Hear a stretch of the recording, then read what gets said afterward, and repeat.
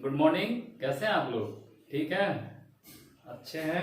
हम भी अच्छे हैं, आप लोग भी अच्छे से रहिए, पढ़ाई करते रहिए। काफी दिनों के बाद वीडियो बनाने का मौका मिला है मुझे। इधर मेरा स्वास्थ्य ठीक नहीं चल रहा था, इसीलिए, है ना। हाँ, तो हम लोग भी प्रिज्म के बारे में पढ़ रहे थे। प्रिज्म के लिए रिफ्रैक्टिव इंडेक्स का फार्मूला निकाल लिए थे और फिर से थिन प्रिज्म के लिए फार्मूला निकाल लिए थे। शायद डिस्पर्सिव पावर भी हम लोग पढ़ लिए थे। तो बहुत ही इंपॉर्टेंट टॉपिक हमको इसके बाद लर्न करना है, जो कि प्रिज्म के आपके दृष्टिकोण से बहुत ही नेसेसरी है और प्रैक्टिकली जो है इसका हर जगह, हर लेबोरेटरी में उपयोग में लाया जाता है कंडीशन के रूप में। तो हम जो कंडीशन पढ़ेंगे प्रिज्म के लिए वो है अगला, dispersion without deviation. Dispersion without deviation ये क्या होता है, आइए जरा देखते हैं।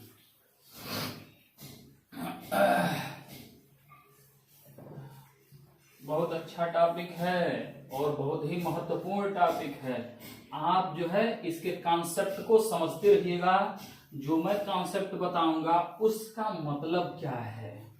अगर किसी भी प्रकरण का, किसी भी टॉपिक का आपको कॉन्सेप्ट रहता है, कॉन्सेप्ट आप बना रखे हैं, तो मेरी गारंटी है कि आपको कोई भी दिक्कत नहीं होने वाली है। मैं भी जब पढ़ता था ना, तो जो लोग सर पढ़ाते थे, सर पढ़ा के आते थे, केवल डेफिनेशन जो है कि मुझे पढ़ना पड़ता था। किसी बात का कॉन्सेप्ट नहीं मिलता था मुझे, किसी बात की कॉन्सेप्ट हमको नहीं मिलती थी, है ना। खैर हम लोग लोकल क्षेत्र के रहने वाले हैं और मेहनत से, अपने मेहनत से ही हमको जो कुछ करना है अब करना है। सब कुछ स्कूल के भरोसे हम लोग नहीं कर सकते, है ना। लॉकडाउन में देखिए ना, कौन सा स्कूल खुल रहा है, हम लोग क्या कर सकते हैं। हम लोग को एग्जाम देना ही देना है ना। तो इसके लिए जब मैं आप लोगों के जैसे था 2006 का, जब मैं इंटर में था 2006 में, तो उस समय बस यही था। लेकिन हाँ, एक जो है कि वो मन में बना रहता था, उत्कंठा बना रहता था कि मैं कैसे पढ़ूं। भाई हमारे बस की बाहर की बात थी, हम लर्न नहीं कर पाते हैं कुछ भी। हमारे दिमाग में कॉन्सेप्ट भर दिया जाए तो कॉन्सेप्ट जीवन भर रहेगा। तो उस कॉन्सेप्ट को पढ़ने के लिए, उस कॉन्सेप्ट को बनाने के लिए मैं 3-4 प्रकार की किताबों को पढ़ता था। एक ही टॉपिक 4 जगह से लेकर पढ़ता था, ठीक है। तो एक तरीके से तो पूरे जो है हमारे लाइब्रेरी में किताब पढ़े हुए हैं, इंटरमीडिएट से लेकर के पीजी स्तर तक के लिए। तो मैं सारे किताबों से अध्ययन किया और सब किताबों से अध्ययन करने के पश्चात जो निष्कर्ष निकालता था, खुद का उसका कॉन्सेप्ट बनाता था, तब जाकर के कुछ हमको बातें क्लियर हो पाई। अब जो मैं ये अगला टॉपिक आपको पढ़ाऊंगा, ये देखिएगा ना, ये हम लोग नहीं पढ़े थे अपने समय में, इंटरमीडिएट में नहीं पढ़े थे, लेकिन न्यूमेरिकल प्रॉब्लम आ जाता था, न्यूमेरिकल प्रॉब्लम आ जाता था। तो फिर क्या है, अब छोड़ना ही पड़ता था न्यूमेरिकल प्रॉब्लम।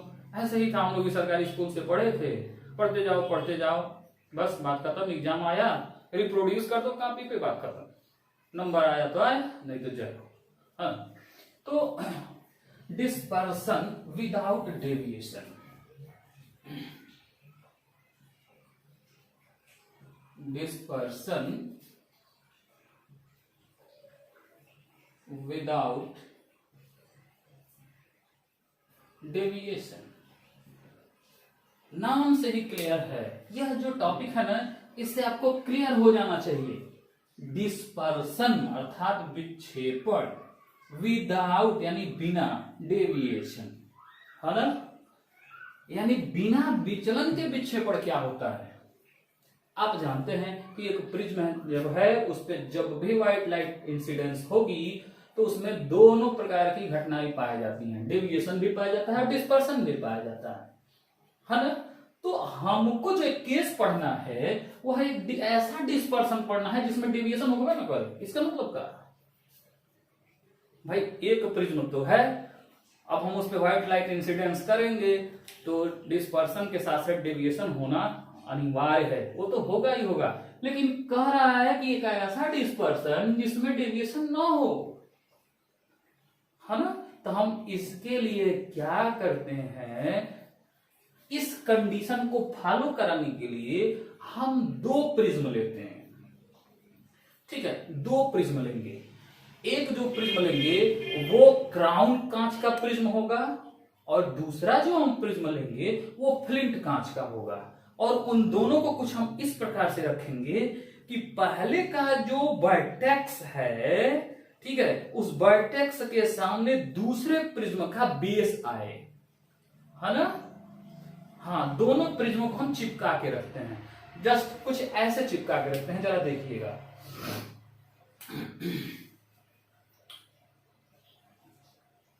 मान लीजिए एक प्रिज्म ये है ना, ये क्राउन कांच का प्रिज्म है सी, और हम इस प्रिज्म से चिपका कर एक दूसरा प्रिज्म जो कि फ्लिंट कांच का होगा वो इस प्रकार से रखते हैं कि इसका जो वर्टेक्स ए है ना, इसका जो वर्टेक्स ए है उसके सामने दूसरे अर्थात तो फ्लिंट कांच का बेस हो। अरे यार, जस्ट ऐसे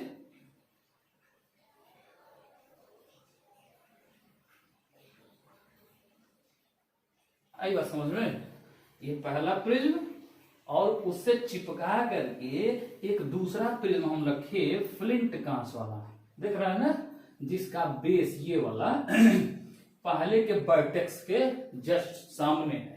तो मान लीजिए यह प्रिज्म क्राउन का है ना, तो इसके लिए जो प्रिज्म एंगल है वो है ए है। यह जो दूसरा प्रिज्म है जो कि हम फ्लिंट कांच का प्रिज्म कर रहे हैं, इसका भी तो ये प्रिज्म एंगल होगा, ये जो है आपका ए डायरेक्शन। समझ में आई बात। हाँ, तो यह जो है एक दो प्रिज्मों का एक सिस्टम है, जिसमें क्राउन कांच है, एक क्राउन कांच का प्रिज्म है और दूसरा फ्लिंट कांच का प्रिज्म है। तो यह डिस्पर्सन भी हम पाएंगे लेकिन बिना डेविएशन के पाएंगे। लेकिन हाँ, ध्यान रहे, इसमें डेविएशन की जो बात की गई है विदाउट डेविएशन, वह विदाउट डेविएशन केवल मीन कलर का होगा, ठीक है। तो केवल मीन कलर जो है वो डेविएट नहीं होती है। मीन कलर, मीन कलर हम किसको बोलते हैं?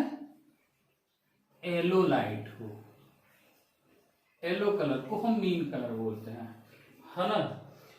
तो डिस्पर्सन विदाउट डेविएशन में मीन कलर का ही डेविएशन नहीं होता है, अर्थात तो विचलित नहीं होगा। जिस मार्ग में जाएगा, जाना चाहिए था उसको,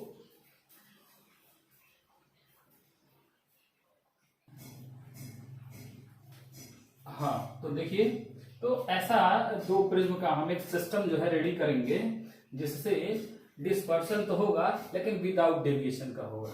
विदाउट डेविएशन, यहां जो शब्द आ रहा है वो किसका डेविएशन नहीं होगा? तो मीन कलर लाइट का डेविएशन नहीं होता है, हमेशा ध्यान में रखिएगा।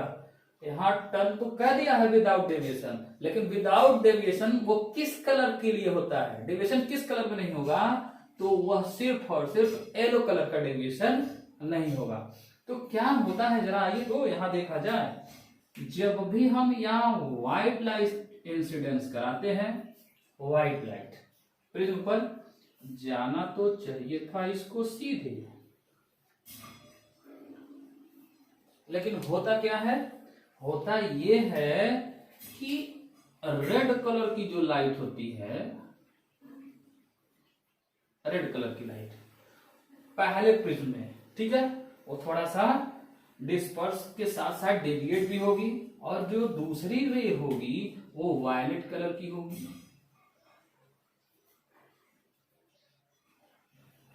समझ में आए?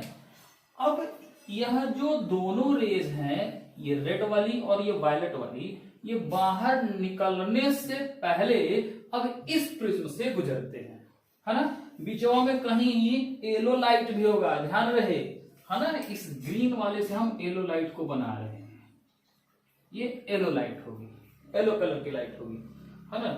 तो क्या होता है, ये जो रेड लाइट वाली है जब दूसरे प्रिज्म में ये इंटर करेगा, है ना, तो ये थोड़ा सा ऐसे डेविएट होगा,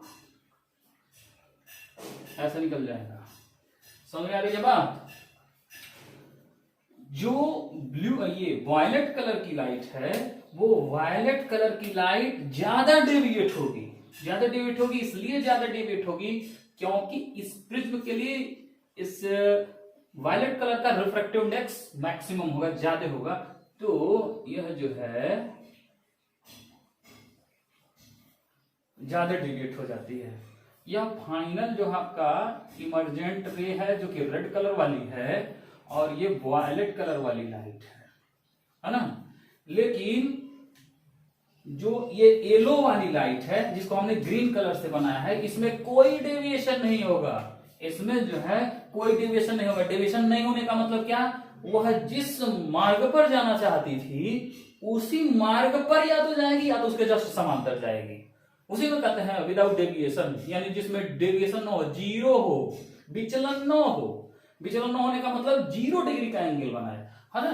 तो यह जो है ग्रीन कलर वाली लाइट विदाउट डेविएशन के प्राइमरी डायरेक्शन के पैरेलल हो जाती है। समझ में आई बात। अब यहां हम कुछ एजम्पशन मान लेते हैं। मान लो कि जो क्राउन कांच है, क्राउन कांच के लिए जो रेड और वायलेट कलर का रिफ्रैक्टिव इंडेक्स है ना, इसको हम मिटाते हैं, ज्यादा लेंदी है ये, थोड़ा हमको इसको समझ के लिखना पड़ेगा। हेडिंग डाल लीजिएगा आप लोग, dispersion without deviation.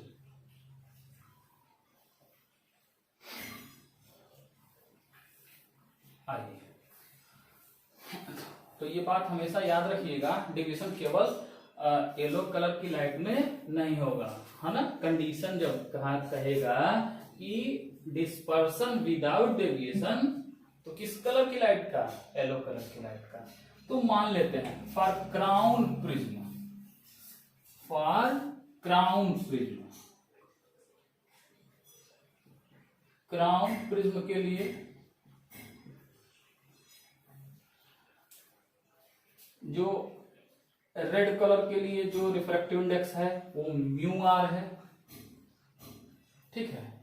Violet colour के लिए रिफ्रैक्टिव इंडेक्स म्यू ही है, तथा येलो कलर के लिए रिफ्रैक्टिव इंडेक्स म्यू वाई है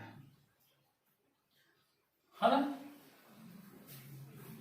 तथा फ्लिंट कांच के लिए, फ्लिंट कांच के लिए आइए लिख लेते हैं, फ्लिंट कांच के प्रिज्म के लिए जो ये सब क्वांटिटियां हैं वो हो जाती हैं आपका रेड कलर के लिए refractive index mu are dash, yellow colour के लिए वायलेट कलर के लिए म्यू ही डैश, है ना, तथा येलो कलर के लिए म्यू आर डैश हो जाता है, ठीक है। इतनी बातें आप जो है ध्यान में रखिएगा। पहला जो है वो क्राउन कांच है और दूसरा फ्लिंट कांच का प्रिज्म है ना। तो अब क्या करते हैं, मान लेते हैं कि यदि क्राउन कांच के प्रिज्म में येलो कलर की डेविएशन क्या है, डेल1 है। येलो कलर का डेविएशन डेल1 है, बहुत गर्मी हो रहा है, डेल1 है, ठीक है। तथा यही मान लेते हैं ये डेल1, तथा फ्लिंट कांच में जो डेविएशन है वो डेल2 है। तो यदि हम क्राउन कांच के लिए लिखना चाहें, किसके लिए लिखना चाहें, क्राउन कांच के लिए एंगल ऑफ डेविएशन लिखना चाहें, तो डेल1 इज इक्वल टू कितना हो जाएगा भाई, डेल1। इसको ऐसे लिखा जा सकता है क्या, ए म्यू भी माइनस म्यू आर, ऐसे। आप क्या फार्मूला पढ़े थे डेविएशन के लिए, हाँ सॉरी, डेविएशन के लिए आपने फार्मूला पढ़ा था, del is equal to A mu minus 1 पढ़े थे, एक फार्मूला पतले प्रिज्म के लिए अपवर्तन का सूत्र यही था ना। तो यहां से अगर हम इस ये फार्मूला लिखें फ्लिंट के लिए, तो हो जाएगा आपका येलो कलर में जो विचलन होगा डेल वाई, और हम इसको लिखे हैं 1 से, तो क्या इसको लिखा जा सकता है, ए, है ना। येलो कलर के लिखा जा रहा है, तो म्यू वाई माइनस 1 हो जाएगा, म्यू वाई माइनस 1 हो गया। इसी प्रकार अब दूसरे प्रिज्म में हम येलो कलर का विचलन पढ़े, है ना, तो del 2 इज इक्वल टू हो जाएगा, दूसरे प्रिज्म के लिए जो प्रिज्म एंगल है वो a डैश है, तो लिखेंगे a डैश, और दूसरे प्रिज्म का रिफ्रैक्टिव इंडेक्स येलो कलर के लिए म्यू वाई डैश माइनस 1 हो गया। तो टोटल विचलन इसलिए कितना हो जाएगा, इसलिए total deviation delta is equal to del 1 plus del 2, ये होगा ना। अरे पहले प्रिज्म से del 1 जो है वो विचलित होती है, दूसरे प्रिज्म से del 2 विचलित होती है, तो कुल कितना हो जाएगा del 1 प्लस del 2, या हम इसको जोड़ देंगे del is equal to del 1 का मान कितना है a म्यू वाई माइनस 1 हो गया, प्लस del 2 ये है आपका a dash mu y dash minus 1 हो गया। अच्छा चलिए इसको मान लीजिए इक्वेशन नंबर 1। हम कंडीशन पढ़ रहे हैं क्या, डिस्पर्सन तो हो लेकिन विदाउट डेविएशन, है ना। तो जब येलो कलर की लाइट डेविएट नहीं होगी उस समय उसका कुल डेविएशन कितना हो जाएगा, 0 हो जाएगा। कितना हो जाएगा, 0। तो इन केस आप without deviation, in case of without deviation, है ना, del इज इक्वल टू कितना हो जाएगा, 0। अब इस इक्वेशन नंबर 1 में हम 0 पुट कर देंगे तो हमको क्या मिलेगा, तब हमको मिलेगा 0 is equal to a mu Y minus 1 हो गया, plus a dash mu y dash minus 1, या हम इसको लिख सकते हैं a mu Y minus 1 is equal to minus a dash mu y dash minus 1, या यहां से इसको लिखा जा सकता है, यहां से हम लिख सकते हैं a अपान a डैश। ध्यान से देखिएगा, इस a डैश को हम इस a के नीचे लेके आ रहे हैं और म्यू वाई माइनस 1 को इसके नीचे हम लेके आ रहे हैं, ठीक है। तो हम पाएंगे a upon a dash is equal to, minus तो ऑलरेडी रहेगा, माइनस को ऐसे छोड़ दीजिए, है ना, बचेगा म्यू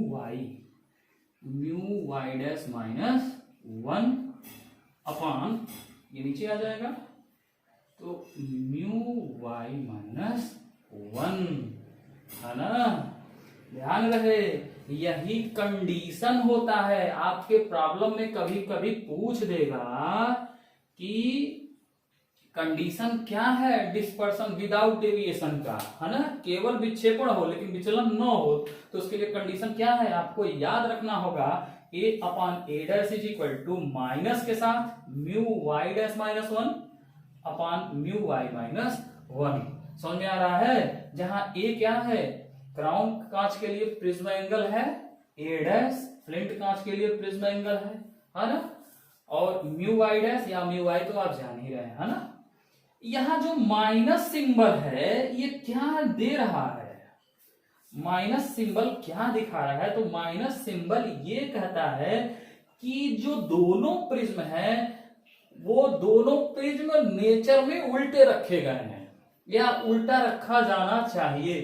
सबसे इंपॉर्टेंट केस, विदाउट डेविएशन हमको पाने के लिए, डेविएशन 0 पाने के लिए हमको दोनों प्रिज्म को हमको क्या करना पड़ेगा, उल्टा रखना पड़ेगा। ये नेगेटिव साइन यही रिप्रेजेंट करता है, हम अभी आगे इसको एक्सप्लेन भी करेंगे, है ना।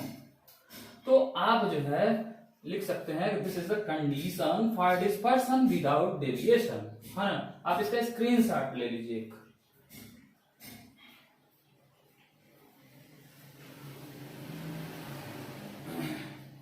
ओके चलिए फिर आगे देखते हैं।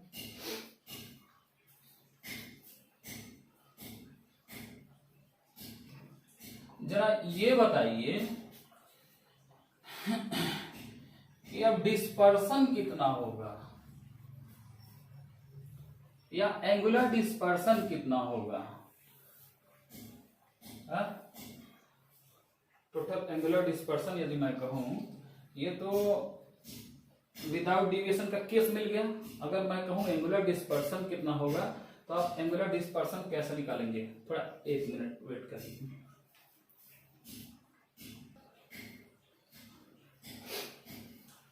ओके तो हो गया ना, हाँ, हम अभी बात कर रहे थे। अब मैं कहूं कि एंगुलर डिस्पर्सन क्या होगा, तो एंगुलर डिस्पर्सन यानी कोणीय विक्षेपण क्या होगा। आपको याद आ रहा है कोणीय विक्षेपण क्या था।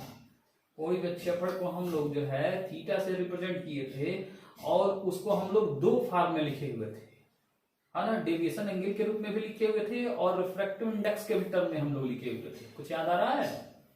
हाँ, तो हम आपको याद दिला दे रहे हैं, अगर नहीं याद आ रहा है तो हम लोग लिखे थे angular dispersion theta is equal to del v minus del r लिखे थे,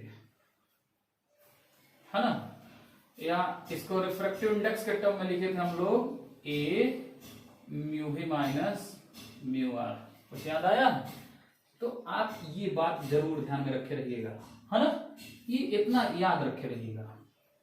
यदि मैं कहूं कि क्राउन कांच के लिए जो एंगुलर डिस्पर्सन है वो θ1 है, ठीक है, तो कितना हम लिख सकते हैं जी, θ1 is equal to A mu भी माइनस म्यू आर। आए इतना बात समझ में। ओके, इसको अभी लिख दीजिए समीकरण नंबर, इक्वेशन नंबर 2 लिख दीजिए। इसके पहले कहीं क्वेश्चन नंबर 1 लिखे थे, है ना। अच्छा चलिए, फिर यदि मैं कहूं कि अब फ्लिंट कांच के लिए एंगुलर डिस्पर्सन θ2 है, क्या है, θ2 है, तो क्या हो जाएगा, θ2 is equal to, and for flint कांच angular dispersion θ2 is equal to क्या हो जाएगा, ध्यान रहे फ्लिंट कांच के लिए जो प्रिज्म एंगल है वो a डैश है, तो यहां लिखेंगे a डैश, हो गया। अब जरा यहां आइए, फ्लिंट कांच में जो रिफ्रैक्टिव इंडेक्स हम डैश डैश करके टर्म में लिखे थे ना, ये हो जाएगा म्यू भी dash minus mu are dash, equation number 3। तो टोटल एंगुलर डिस्पर्सन कितना हो जाएगा, अर्थात टोटल फैलाव कितना हो जाएगा, यदि हम उसको माने थीटा, तो हो जाएगा कितना, θ1 प्लस θ2, या थीटा इज इक्वल टू हम लिख सकते हैं, यहां देखिएगा ए म्यू भी माइनस म्यू आर हो गया, प्लस ए डैश म्यू भी dash minus mu are dash. आई बात समझ में। अच्छा, हम एक काम करते हैं, अब थोड़ा सा यहाँ मैथमेटिक्स लगाना है, हमको मैथमेटिक्स लगाना है। क्या करना है, आइए हम चाहते हैं इसको और सिंप्लीफाई कर लें, है ना। तो हम चाहते हैं कि यहाँ से a कॉमन ले लें, a तो यहाँ है लेकिन a यहाँ नहीं है, तो कॉमन लेंगे तो यहाँ डिवाइडेड बाय ये हो जाएगा। तो टेकन a कॉमन, तो थीटा इज इक्वल टू हो जाएगा a, है ना, हो जाएगा a म्यू भी माइनस म्यू आर एक ब्रैकेट में, यहां से हम लिख सकते हैं a dash upon a mu भी dash minus mu are dash. कहीं कोई दिक्कत, कोई दिक्कत नहीं। अभी हम a डैश अपॉन a की वैल्यू लिखे थे, एंगुलर डिस्पर्सन विदाउट डिविजन के लिए केस लिखे थे, है ना। क्या लिखा गया था, a upon a dash is equal to with minus sign mu dash minus 1 upon mu minus 1, यह लिखा गया था। तो यहां से हमको वही वैल्यू लिखनी है, वही वैल्यू लिखनी है e डैश बाई a। तो यहाँ देखिए a बाई a डैश है, तो हमको a by a dash by a लिखना है, तो हम इसको रिवर्स कर दें, तो a डैश बाई a की जगह पर हम इतनी वैल्यू का पुट कर सकते हैं, है ना। तो यहाँ हो जाएगा theta is equal to a mu भी माइनस म्यू आर हो गया, प्लस और e बाई a डैश है, तो माइनस ऑलरेडी आ रहा है, तो हम यहाँ माइनस लिख देते हैं, माइनस हो गया mu y minus 1 sorry mu minus 1 upon mu dash minus 1 हो गया, और ब्रैकेटों में है तो म्यू भी dash minus mu are dash. कहीं कोई दिक्कत तो नहीं होना चाहिए। हमने ए कॉमन रखा, यहां से ए कॉमन लिया, यहाँ ए नहीं है तो हम डिवाइड कर देंगे, तब कॉमन हम ले सकते हैं, है ना। अब ए डैश बाई ए के जगह पे अभी हमने कंडीशन जो निकाला था जीरो डेविएशन के लिए, उस केस को हम यहाँ लगा देंगे, है ना। चलिए अब क्या करते हैं, यहाँ देखिएगा, ध्यान से देखिएगा। अब क्या करते हैं, ये म्यू भी dash minus mu I dash है, इसके नीचे हम इसको ढकेल देते हैं, ढकेल दिया जाए, इसको कुछ देर के लिए मिटा दीजिए। यहां ये इसी को हम सिंपलीफाई कर रहे हैं, ठीक है। तो जाएगा theta is equal to A mu भी माइनस म्यू आर, देख रहे हैं, माइनस म्यू माइनस 1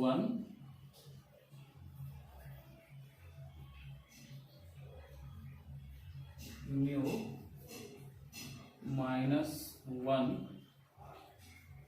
हो गया, और फिर आपका हो जाएगा म्यू भी dash minus mu R, mu भी डैश माइनस म्यू आर। यहां से आप नीचे लिख लीजिए म्यू डैश माइनस 1, बड़ा ब्रैकेट बंद कर लीजिए, है ना। तो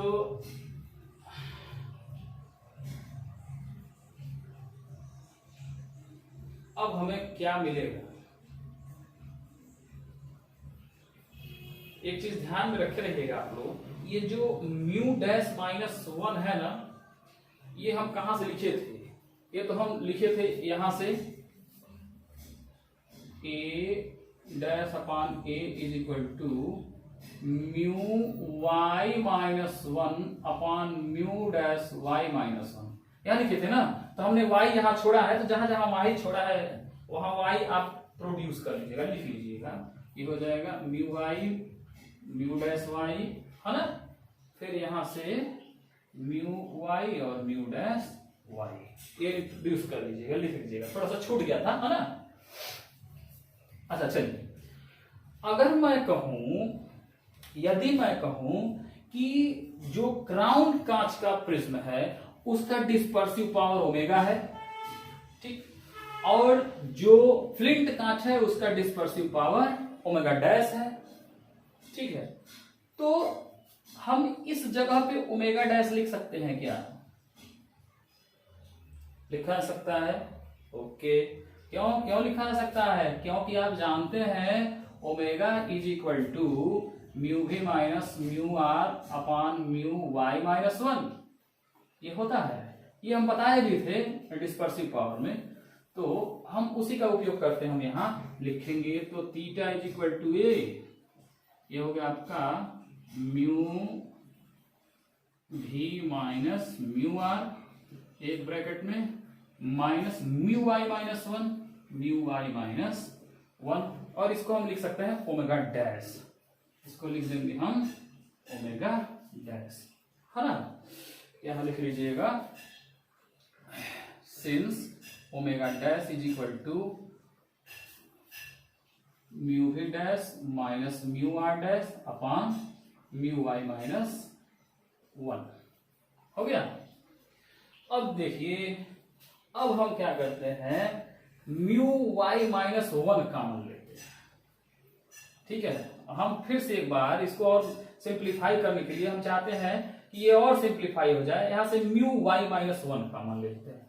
तो यहां म्यू वाई माइनस 1 है, इसको तो कॉमन लिया जा सकता है, लेकिन यहां नहीं है, यहां नहीं है तो हम इसको डिवाइड कर देंगे, तो हमको मिलेगा थीटा इज इक्वल टू ए, है ना, म्यू वाई माइनस 1, समझ आई बात। और फिर यहां हो जाएगा म्यू भी minus mu R upon mu Y minus 1 minus omega dash. देखिए, अब हम इसको ओमेगा लिख सकते हैं पहले प्रिज्म का डिस्पर्सिव पावर। तो यहां हमको मिलेगा theta is equal to A mu Y minus 1 omega minus omega dash, omega minus omega dash. हो गया। अब देखिए, अब ये भी किसी फार्मूले को बताता है। तो क्या है, यह जो है डेविएशन है येलो कलर की लाइट का।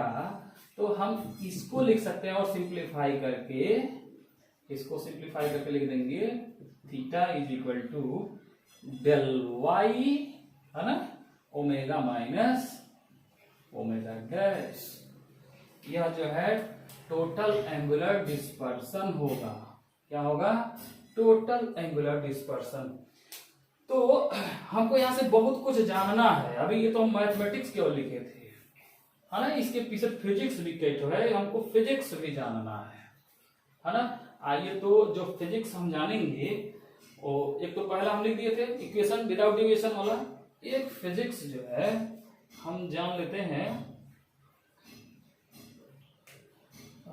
एक फिजिक्स हम जान लेते हैं यहाँ, इसको इक्वेशन नंबर एक्स मान लीजिए, यही से हम जानेंगे।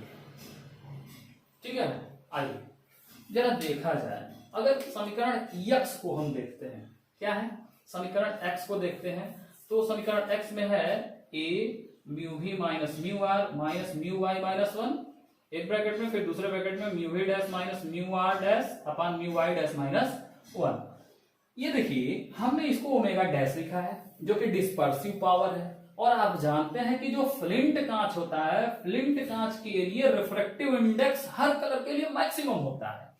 तो जब रिफ्रैक्टिव इंडेक्स अधिक होगा तो ओमेगा डैश अधिक होगा। अब जब ओमेगा डैश अधिक होगा तो हम ओमेगा में से ओमेगा डैश को घटाएंगे, तो जो वैल्यू आएगा डिस्पर्सन वो नेगेटिव आएगा। समझ में आई बात? हाँ जब इसका डिस्पर्सिव पावर अधिक है, अर्थात ओमेगा डैश अधिक है ना, ओमेगा कम होगा, तो जब हम ओमेगा में से ओमेगा डैश घटाएंगे तो ये टोटल वैल्यू नेगेटिव आएगी, नेगेटिव आएगी ना। और जब नेगेटिव आएगी तो जो टोटल डेविएशन हो जाएगा वो हो जाएगा आपका नेगेटिव। समझ में आई बात? अब नेगेटिव का मतलब क्या है, जो एंगुलर डिस्पर्सन नेगेटिव, इसका मतलब क्या है, इसका मतलब यही है कि जो पहले प्रिज्म में, समझ आई बात, जो पहले प्रिज्म में वॉयलेट कलर की लाइट थी अब वो दूसरे कलर में उल्टा हो जाएगी, यानी दूसरे प्रिज्म में उल्टा हो जाएगी। देखिए इस प्रिज्म में तो नीचे है, देख रहे हैं, लेकिन जो ही दूसरे प्रिज्म में गया है ये ऐसे नीचे नहीं गया है, जस्ट रिवर्स हो गया है, रेड से भी नीचे हो गया है ना। तो ये कंडीशन कहता है, तो क्या आपको कभी भी पूछा जा सकता है कि इसका फिजिकल सिग्निफिकेंस क्या है, तो आप इसका फिजिकल सिग्निफिकेंस यही बताएंगे, क्योंकि जो फ्लिंट कांच होता है ना, तो फ्लिंट कांच में हर कलर के लिए रिफ्रैक्टिव इंडेक्स अधिक होगा, उसका रिफ्रैक्टिव इंडेक्स अधिक होगा तो उसका डिस्पर्सिव पावर अधिक होगा, डिस्पर्सिव पावर अधिक होने से एंगुलर डिस्पर्सन का टोटल वैल्यू नेगेटिव होगा। ठीक है, और नेगेटिव होने के कारण कलर क्या हो जाएंगे, इन्वर्टेड हो जाएंगे। कलर क्या हो जाएंगे, फाइनल जो डेविएशन होगा वो कलर इन्वर्टेड हो जाएगा। थोड़ा इसको समझिएगा जो मैं कहा हूं। तो physical significance is the most important thing. Okay, तो आज जो केस हम लोग पढ़े डिस्पर्सन विदाउट डेविएशन, आप लोग इसको ध्यान से किताब उठा के पढ़ लीजिएगा। अगर मेरी बात नहीं समझ में आई होगी तो किताब से पढ़िएगा, लेकिन मुझे ये उम्मीद है कि आपको ये अच्छा लगेगा, क्योंकि दिया नहीं है किताब में आपके कॉन्सेप्ट को, केवल येलो लाइट ही जो है उसके पास जीरो डेविएशन होती है ना। तो मीन कलर की ही जो लाइट होगी उसके पास विदाउट डेविएशन होगा। Okay, thank you.